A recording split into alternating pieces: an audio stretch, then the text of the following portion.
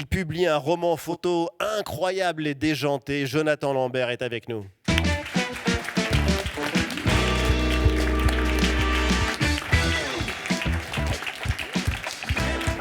Bonjour Jonathan et bienvenue. Je vous présente le public et On se toute lève la toujours bande. pour les invités comme ça, c'est. Enfin pour vous en particulier, ouais, bien sûr. c'est un honneur de vous recevoir. Merci. Vous nous raconterez dans un instant l'histoire totalement folle de ce roman photo. Vous remettez cet art oublié au goût du jour, l'art du roman photo. Je suis content que vous employiez le terme art parce que ça a été tellement enfin en tous les cas mésestimé le roman photo parce que c'est un genre très populaire mais qui a connu évidemment des époques en France mais en Russie, en Italie et c'était à un moment donné le roman photo, c'était un petit peu le soap, le truc qu'on pouvait retrouver quand il n'y avait pas la télé. Et c'est un art populaire, c'est pas un art mineur, c'est même un art majeur. Une esthétique très particulière, donc voilà, c'est un travail. Et de vrais acteurs d'ailleurs. Et de vrais acteurs, et un super photographe, Stéphane Gladieux, qui a exposé à Arles, qui a fait un formidable bouquin sur une série sur la Corée du Nord, qui a fait des portraits magnifiques. On va en parler. Essayer de combiner tout ça. Vous allez nous expliquer ce que ça veut dire, qui a volé mes jambes. C'est une référence à un artiste que vous aimez particulièrement, qui est un très très grand artiste. Et du coup, on va démarrer quand même par la première question rituelle. Qu'est-ce que l'art apporte à votre vie, Jonathan Lambert ? Alors, moi, je pense que si je me suis beaucoup intéressé à l'art, c'est parce que je suis complètement athée et qu'on a toujours besoin dans son esprit d'avoir quand même quelque chose d'un peu mystique, d'un peu transcendant, enfin, sacré, d'un peu sacré en tous les cas. Et comme je me suis jamais retrouvé dans quelques religions, enfin, je suis un peu pas ni Dieu ni maître, mais en tous les cas, j'ai un désir d'indépendance et j'aime pas l'idée de dépendre, voilà, des gens, des autres, d'une philosophie, de quoi que ce soit. Et dans l'art, tout d'un coup, c'était quelque chose qui paraissait plus grand que moi. Plus grand que la vie, et très vite ça a été voilà, c'est pour ça qu'à chaque fois que quand je suis en déplacement, je rentre dans les galeries, dans les musées, parce que c'est un endroit un peu mystique finalement, dans lequel je trouve certainement ce qui me manque ailleurs. Une œuvre qui vous a particulièrement marqué, je crois que c'était au moment d'une visite au centre Georges Pompidou à Paris, une installation de Dorothea Tanning, chambre 202. Hôtel du Pavot d'ailleurs, ça j'aimerais bien prendre la suite. 1970. Et je trouve cette artiste fascinante, Dorothea. Alors on la voit justement cette chambre. Alors il y a un côté très David Lynch, il y a un côté, c'est vraiment un cauchemar. Il y a une dimension un peu quand même comique. Moi, c'est ce que j'aime. Enfin, après, chacun met le curseur comique où il veut, mais moi, je trouve qu'il y a quelque chose de tellement à la fois inquiétant, bizarre. Ouais, c'est très lynchien, et je trouve cette installation complètement folle, et j'aime en plus le côté immersif d'une installation, c'est-à-dire qu'on a l'impression de rentrer dans cette chambre et de vivre ce cauchemar de façon... Avec l'ampoule électrique qui descend du plafond. Qui a une petite référence à mon avis à Bacon, je sais pas, mais... Et puis c'est une artiste femme, et alors aujourd'hui, il y a évidemment... On rattrape un peu, parce que les femmes ont été tellement invisibilisées, les artistes femmes. Et Dorothea Tanning a été quand même une des premières artistes à avoir une dimension un peu... Et on va avoir l'occasion d'en reparler. Le 8 mars, c'est évidemment pas une date anodine. Un autre artiste qui est un artiste majeur pour vous et qui est largement l'inspirateur de ce roman photo que vous publiez, qui a volé mes jambes, c'est Pierre Molinier. Pierre Molinier, c'est un très grand nom de l'art. Dans les années 50, il a été adoubé par André Breton. C'est un peintre surréaliste. Il a beaucoup travaillé. Il était fétichiste des jambes. Qu'est-ce qui vous plaît chez lui ? C'est un immense photographe et lui aussi il pratiquait le collage comme dans le roman photo. Ouais, c'est-à-dire que c'est un bricoleur, c'est un type qui est né à Agen, qui a grandi à Bordeaux, donc dans les années 50-60, il fait des peintures qui sont au départ, c'est des portraits, des paysages un peu post-Cézanne, un peu cubistes comme ça, pas mal, mais pas. Et puis il y a certainement un grain dans sa tête qui fait qu'il s'achète une paire de jambes de mannequin, une tête de poupée, et il commence à faire des photos où il fait des montages mais très bricolés, mais il fait ce qu'on appelle des phototypes, c'est-à-dire des photos de ces collages. Et du coup, la photo efface les points de collage et ça donne quelque chose comme ça de très pur, où on ne voit pas vraiment le bricolage. de très esthétique, très intrigant, parce que voilà, on voit cette multiplicité de jambes qui rappelle aussi, vous savez, les divinités un peu hindoues, indiennes. D'ailleurs, il en parle, il a été un petit peu frappé par tout ça. Il raconte, parce qu'il y a beaucoup de choses, qu'il a reçu la visite d'un émissaire du Dalai Lama qui lui a commandé 12 tableaux. Il raconte qu'il devait acheter un bordel pour une de ses copines. Mais qu'est-ce qu'il a inspiré justement dans ce roman photo? En fait, c'est ça l'histoire, c'est que je voulais produire un documentaire autour de Pierre Molinier pour les 50 ans de sa mort, parce qu'il s'est donné la mort en 76. Oui. Et c'était trop long, tout ça. Et au même moment, Le Seuil, Nathalie Fishman me propose d'écrire un roman photo, mais page blanche, vous faites ce que vous voulez. Et j'ai l'idée d'un comptable qui est persuadé d'être la réincarnation de Pierre Molinier parce qu'il est né le jour de sa mort, donc il s'achète une paire de jambes de mannequin. C'est un type complètement misanthrope qui fait des photos de lui avec ses jambes, photos qu'il vend à tous ses collègues comptables, et ça devient un peu les cartes Pokémon du milieu comptable en France. Donc on veut Vincent et ses jambes font du ski, Vincent et ses jambes fait du fer à repasser. Et là c'est toujours barré, on retrouve le Jonathan Lambert totalement barré, moins l'homme des one-man show que celui qui à la télévision nous faisait hurler de rire avec ses personnages. C'est l'avantage du roman photo, c'est qu'il y a une grande liberté. Ouais. Et finalement, c'est son film qu'on fait. Donc, on choisit les lieux, les costumes, les invités qui m'ont, voilà, que ce soit Kian Kojandi, Valérie Lemercier, Fred Testo. Casting incroyable d'ailleurs pour ce roman photo. Mais voilà, et ça m'a. J'étais content à travers aussi ce genre, comme vous l'avez dit, très populaire, de peut-être populariser, faire connaître Pierre Molinier, et puis surtout de raconter une histoire comme je les aime, c'est-à-dire à la fois très burlesque et surréaliste justement. En tout cas, je le recommande chaleureusement, ce roman photo, parce que c'est vrai que c'est une immersion dans un univers finalement auquel vous nous avez habitués, mais qui est extrêmement rare. Est-ce que vous diriez que vous êtes surréaliste ? C'est pas à moi de le dire, mais en tout cas, j'aime beaucoup. Vous avez une passion pour le surréalisme. Oui, parce que c'est ce que j'aime, moi, dans l'art. C'est quand, au-delà d'être quelque chose qui vous dépasse, qui est beau, mais qu'il y a une dimension aussi un peu comique. Et dans les tableaux surréalistes, ce mélange, ce côté cauchemar où tout peut arriver, vous regardez un tableau de Magritte, vous mettez un enfant, il y a des tableaux où il va faire... parce que ces incursions de deux éléments qui ne vont pas ensemble, de choses, des mots qui sont écrits, il y a quelque chose de drôle. Et moi, c'est ce que j'aime. Et ça, c'est assez génial parce que c'est vrai que vous n'avez pas peur de rire justement avec l'art. Il faut désacraliser parce que sinon, on s'emmerde. Oui, mais vous avez présenté une exposition à la Galerie Perrotin à Paris. C'était un siècle d'échecs. Le titre de cette exposition qui était génial. On voyait des artistes, des grands noms de l'art qui s'emparaient du jeu d'échecs. Avant la visite guidée dans un instant, le jeu d'échecs et l'art, c'est une très très vieille histoire et qui remonte à loin. On va voir quelques reproductions de tableaux du XVIIe, du XVIe siècle. Ce sont des vanités où il y a des jeux d'échecs. 64 cases, 32 pièces, le noir, le blanc, ça ne bouge absolument pas. Et pourtant, ça raconte le monde. Et ça raconte la condition humaine. Pour moi, il y a une dimension, j'en parlais, quasi mystique aussi des échecs, parce que d'abord, ce qu'il y a de très intéressant, c'est le rapport du petit à l'infiniment grand, puisque un plateau d'échecs, c'est à dimension, on va dire, humaine, la plupart du temps, et on sait, ça a été calculé, le fameux nombre de Shannon, c'est le nombre de combinaisons possibles de parties, qui est un chiffre qu'on ne peut pas, qui peut pas dire, immense, dont on ne peut pas se représenter. Et il y a pas une vie, même un grand maître d'échecs ne pourra jamais. Donc cette dimension de l'infini contenue sur une petite surface, moi, m'a toujours fasciné. Et on va en parler parce que c'est absolument passionnant. Vous restez avec nous, Jonathan Lambert. Tout de suite, voici la claque de la semaine. Et on commence avec toi, Nathalie. Volontiers. Jonathan, est-ce que vous avez déjà visité le Québec? Ah oui, plusieurs fois. Très bien, parce qu'on y retourne pour jouer dans la neige, mais pas pour faire des bonhommes de neige, mais bien pour assister à un rendez-vous artistique, bien entendu, et givré avec la Biennale d'art de Québec, d'art actuel de Québec, qui cette année est sous givré au sens vraiment littéral du terme. Froid, l'hiver, glacial, qui cette année est sous le thème « Briser la glace » pour cette 12e édition. Et donc, il y a 60 artistes internationaux qui ont décliné sous toutes ses formes et sous toutes les variations édition, la vedette de cette édition, donc l'hiver. Alors, par exemple, on peut voir Ilouliac, qui est mon œuvre préférée, je crois, un iceberg gonflable. Il fait 6 mètres. Et ça va être une première nord-américaine. Et il faut imaginer que c'est une installation monumentale. Voilà, 6 mètres et il respire lentement. Et c'est là, Ali, vous posez la question. Oui, c'est un iceberg qui respire. Et là, vous me posez la question, pourquoi il respire? Excellente question, Ali, j'y venais.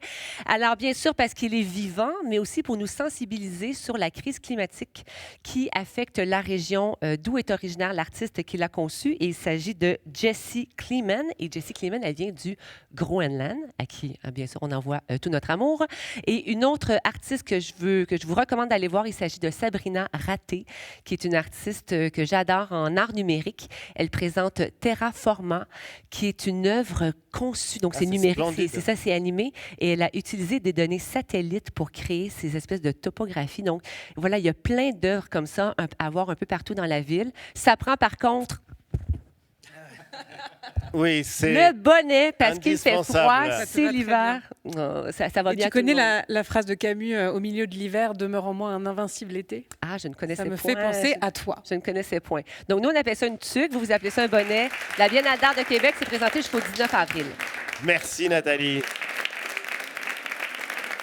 La claque de la semaine, Reza? Alors, ma claque, elle s'appelle Jason Bard Yarmovsky. C'est un artiste américain contemporain qui inaugure en ce moment une exposition personnelle, très personnelle même, au Guildhall de New York, intitulée « Le temps a de multiples visages ». C'est visible jusqu'au 19 avril. Yarmovsky y présente une trentaine de peintures et de dessins consacrés au vieillissement et de dessins consacrés aussi au temps qui passe, à la mémoire. Et ces modèles ne sont autres que ses propres grands-parents, Lane et Ellen Bard, que je vous présente ici.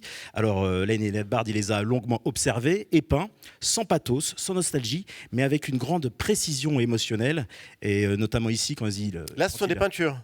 Là, ce sont des peintures, c'est vraiment exactement. Ouais, vraiment. C'est incroyable. Vraiment. Donc, il prend des photos avant, et puis après, il les fait poser pendant très longtemps. Oui, c'est très troublant, très hyper réaliste. Non, mais ça, c'est très drôle, surtout, parce qu'a priori, elle devrait tomber. Alors, il y a de l'humour, exactement. A priori, oui. À part Spider-Man, il n'y a pas grand monde qui pourrait faire ça, mais... Mais justement, faites bien de parler de Spider-Man, parce qu'il les grime de temps en temps, il les fait enfiler des costumes, non sans humour. Il y a notamment l'homme chauve-souris, le lapin d'un célèbre magazine masculin, ou encore sa mamie déguisée en Wonder Woman. C'est du génie. Hey, ça va loin. Ça va très très loin. Et ce qui frappe ici, c'est la manière dont il capte les micro-transformations du visage et du temps. On y voit bien les rides, les regards, les silences. C'est pas une célébration de la vieillesse, ni une plainte de la vieillesse. C'est une observation sensible, presque documentaire. Et c'est même une belle réponse à l'agisme, le terme qui définit les discriminations envers les personnes âgées. Dans un monde saturé où on promeut la jeunesse éternelle, Jason Bard Yarmovsky prend le contre-pied. Il montre le temps tel qu'il s'inscrit sur le corps, sur les corps, avec douceur et dignité. C'est magnifique. Merci. D'ailleurs, le temps, c'est une dimension qui est extrêmement présente quand on joue aux échecs. Ah oui. Vite. Ah oui. Mais pardon, juste, ce sont ses parents ou ses grands-parents? Ses grands-parents. Ah, ses grands-parents. Lane et Elaine. Ah oui. Oui, les échecs, oui. Alors, on peut faire effectivement des parties qui sont chronométrées, mais on peut également faire des parties sans temps imposé. Mais c'est vrai que, moi, j'aime bien les parties avec chronométrées parce que ça ajoute aussi une sorte de tension, une pression. Donc, on joue très différemment. Ta claque, Lauriane? Non, mais puisqu'on parle de temps qui passe et d'infiniment grand qui serait dans l'infiniment petit, quelle heure est-il? Aucune idée. Voilà. Non, vous n'en savez rien parce que vous n'avez pas de montre et surtout, vous n'avez pas la bonne montre. Moi, ma claque, elle s'appelle Prima. En fait, il y a eu la relance tout récemment de la manufacture des montres Niton. Niton, c'était une marque qui a été lancée en 1919 à Genève.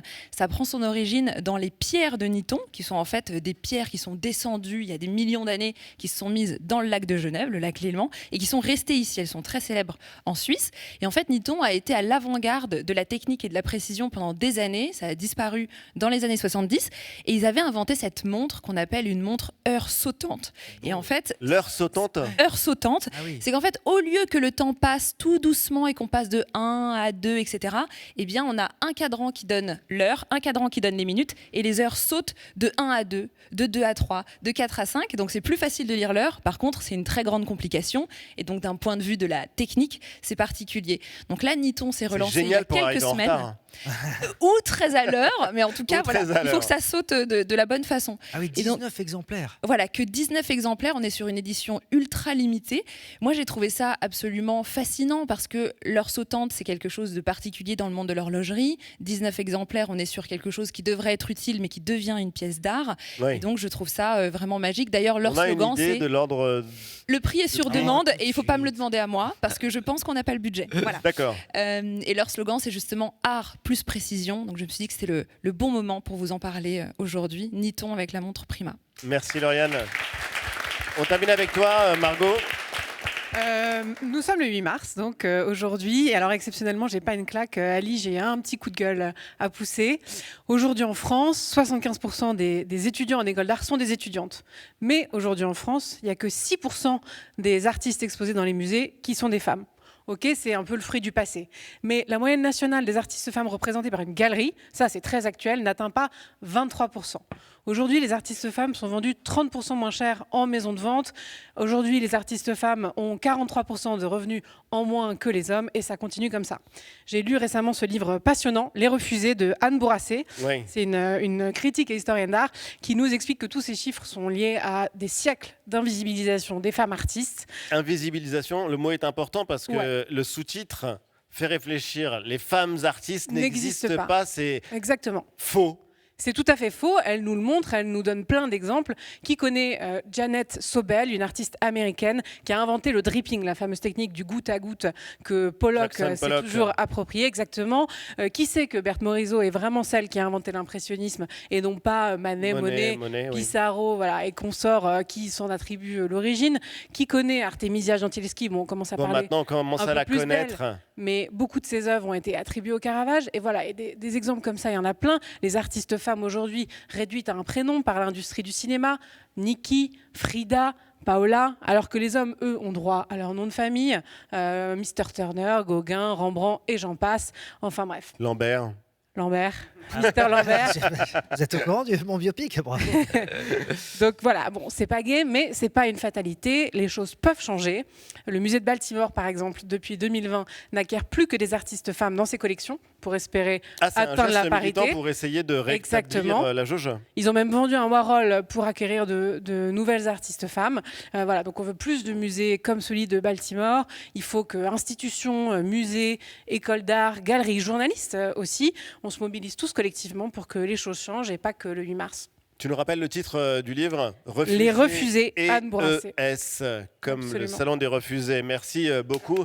Une réaction, Jonathan? C'est assez frappant parce que c'est vrai que là, en l'occurrence, le livre est formidable parce qu'il remonte loin, il remonte au 19e, il remonte même plus loin. Mais dans votre expo qui est consacrée essentiellement au 20e siècle, les femmes sont présentes dans l'exposition sur les jeux d'échecs. Mais on s'est heurté à ça, c'est-à-dire qu'on s'est rendu compte, parce qu'il y a une partie art moderne, art contemporain. Il y a des artistes. Ah non, Alice Guittard, c'était pour vous dire, Garance Maton. Alice Bigard, Amélie Bigard, Alice Guittard, parce qu'elles ont un nom assez proche, Garance Maton. Oui, il y a Maria Elena Vieira da Silva. Mais tout ça pour vous dire qu'on s'est rendu compte qu'en cherchant des artistes de l'art moderne, c'était plus difficile de trouver des artistes femmes, mais comme on corrige un peu le tir, heureusement, aujourd'hui, sur l'art contemporain, on a plus facilement réussi à trouver des artistes. Et le paradoxe, c'est que la pièce la plus puissante sur un jeu d'échecs, c'est la reine. C'est la reine. Et en l'occurrence, c'est bien normal. C'est bien normal, évidemment. Jonathan Lambert, vous avez présenté cette exposition consacrée aux jeux d'échecs à la galerie Perrotin. Visite guidée d'un siècle d'échecs, de jeux d'échecs revus et revisités par les artistes contemporains. Il y a des photos exceptionnelles. Il y a par exemple l'une des dernières œuvres de Martine Parr. Alors, c'est pas l'une des dernières œuvres, mais récemment. En tous les cas, c'est l'une dernières œuvres signées. C'est l'une des dernières œuvres qu'il a signées parce que quand j'ai commencé à réfléchir à cette exposition, j'avais déjà en tête quelques œuvres en tête et je connaissais cette photo de Martine Parr dans les bains de Budapest. Je la trouvais extraordinaire et très vite on s'est rapproché de la galerie. C'est aussi en ça que c'est une exposition qui a une valeur un peu institutionnelle parce que la galerie Perrotin a joué le jeu de ne pas prendre que des artistes de sa galerie. Oui, on a ce qui est rare. Ce qui est rare. Et donc on a et fait ils vous appel ont laissé une grande liberté. Voilà, donc on a fait appel à d'autres galeries, enfin des artistes d'autres galeries, même des œuvres qui ne sont pas à vendre, qui sont simplement en présentation parce que ça avait aussi une valeur historique de les avoir. Et je pense notamment au tableau de Villon qui était le frère de Duchamp, et notamment donc cette photo de Martine Park. Elle est géniale. Qui est très poétique, très très belle, et donc qui est l'une des dernières qu'il a signées parce que malheureusement il a quitté il y a un peu plus de 2 mois. Un autre photographe que vous adorez, c'est William Wegman. Ouais, William Wegman. Alors là, petit pas de côté parce que c'est pas une photo qui renvoie directement aux échecs, mais il y avait cette pose très hiératique de son chien qui s'appelle Man Ray d'ailleurs, donc en plus le lien est d'autant plus évident, et puis le noir et blanc, et on s'est permis comme ça de prendre des œuvres qui n'étaient pas directement liées aux échecs, mais ça c'est aussi un peu le luxe du commissaire. D'ailleurs, maintenant, j'existe, que les gens m'appellent commissaire. Commissaire Lambert. Commissaire Lambert. C'est de trouver des œuvres qui, ça sonne bien, dans cet ensemble, tout d'un coup, prennent une autre dimension. Et voilà, le Libet, on l'a montré tout à l'heure, et tout d'un coup, il y a cette espèce de cases noires et blanches qui sont totalement en lien avec le thème, alors qu'au départ, Libet fait de l'abstraction et il y avait a priori aucun lien avec les échecs. Mais d'ailleurs, on va faire un tour de table puisque cette expo, elle reste malgré tout dans les têtes, et j'espère que elle continuera à vivre d'une manière ou d'une autre. Margot, qu'est-ce qui t'a frappé, toi, en visitant l'expo à la galerie Perrotin ? Il y avait une pièce de Duchamp, justement, qui s'appelait L'échiquier de poche. Ouais. Et Duchamp, comme vous, il était passionné d'échecs. Et il disait, tous les grands artistes ne sont pas des joueurs d'échecs, mais tous les joueurs d'échecs sont des artistes. Ouais. On va l'écouter. Parce qu'enfin, les échecs, qu'est-ce que ça représente pour vous ? C'est une constante dans votre vie ? C'est une comparaison avec la drogue. C'est-à-dire que quand on commence jeune à jouer aux échecs, eh bien, on mourra vieux avec les échecs. C'est-à-dire, c'est une passion qu'on ne peut pas facilement... Qu'on emmène dans sa tombe. Qu'on emmène dans sa tombe, absolument, et sans erreur, et qui vous fait perdre un temps fantastique dans votre vie, ce qui m'est arrivé à moi, et qui m'a aidé probablement à faire ce que je voulais, c'est-à-dire faire le moins possible de peinture, ne pas répéter mes peintures. Ça va avec, ça fait passer le temps quand on ne fait pas de peinture, comprenez-vous ? Elle est géniale, cette archive. Ouais. Ça fait passer le Formidable. temps. Ouais, c'est génial. Ben, j'adore le fait qu'ils disent, c'est que les échecs, on ne se répète jamais. C'est ça qui est extraordinaire, c'est cette dimension infinie. Et c'est génial à observer d'ailleurs. Ça fait perdre du temps à celui qui joue, et celui qui regarde, il est là fasciné parce que c'est quand même une discipline assez sensuelle, assez chorégraphique. Ah, mais même à regarder, c'est symbolique. Et c'est ce que je voulais aussi à travers cette exposition, c'est comme je le disais, c'est que ce soit pas simplement une exposition figée dans la mesure où c'est un terrain de jeu, puisqu'on a fait. Moi, j'ai demandé, j'ai dit, ok, on fait l'expo, mais je veux qu'il y ait des tables d'échecs. Les gens jouaient, je me souviens. Les gens jouent dans la salle. Aussi, d'ailleurs. Tous les jours, il y avait des gens qui venaient à n'importe quelle heure pour jouer aux échecs dans un milieu finalement muséal, parce qu'il y a des œuvres qui sont très très. Qu'est-ce qui vous a poussé à jouer contre plutôt Emmanuel Perrotin ? En fait, moi, je le connais depuis longtemps parce que je fréquente les galeries. Puis on a un ami en commun, David Fless de la galerie 1900-2000 d'ailleurs, qui m'a fait découvrir Pierre Molinier. Donc, ouais, tout est lié. Et on se connaissait depuis longtemps et on joue de temps en temps aux échecs ensemble. Et il y a 3-4 ans, je l'ai lancé comme ça. Je lui ai dit, mais c'est fou. Et c'est vrai, il n'y a pas eu beaucoup d'expositions sur cette thématique, même dans les musées. Il y en a eu quelques-unes, mais assez confidentielles. Alors que c'est une thématique très forte. Et comme vous le dites, très inscrite, ou en tous les cas très liée à l'art, parce que Duchamp, en premier lieu, maître de l'art contemporain, qu'on le veuille ou non, mais qui a quand même tout changé, la vision, les paradigmes. Donc il y avait quelque chose en tous les cas, un sujet suffisamment intéressant pour s'y pencher. Et je savais qu'il y avait beaucoup d'œuvres qui renvoyaient à ce sujet. Et je lui ai dit, écoute, moi j'aimerais beaucoup, en tous les cas, je ne l'ai jamais fait, mais être commissaire. Exactement. Et comme en plus on est sur la chaîne de la francophonie, c'est intéressant de voir qu'une expression parfaitement française, échec et mat, elle vient de l'arabe, Chermet, le roi est mort. Voilà, parce que le chat, d'ailleurs j'ai appris dernièrement que le chat d'Iran, c'est le roi. Le ça chat, donc il y a, et d'ailleurs il n'y a qu'en français, je crois que la dimension échec, qu'on l'a attribué à quelque chose de négatif, parce qu'en anglais, chess, c'est pas, voilà, c'est failure, c'est pour l'échec. Donc quand les gens jouent pas aux échecs, on dit allez, un siècle d'échecs, qu'est-ce que tu as voulu dire par là ? Vous restez avec nous, on va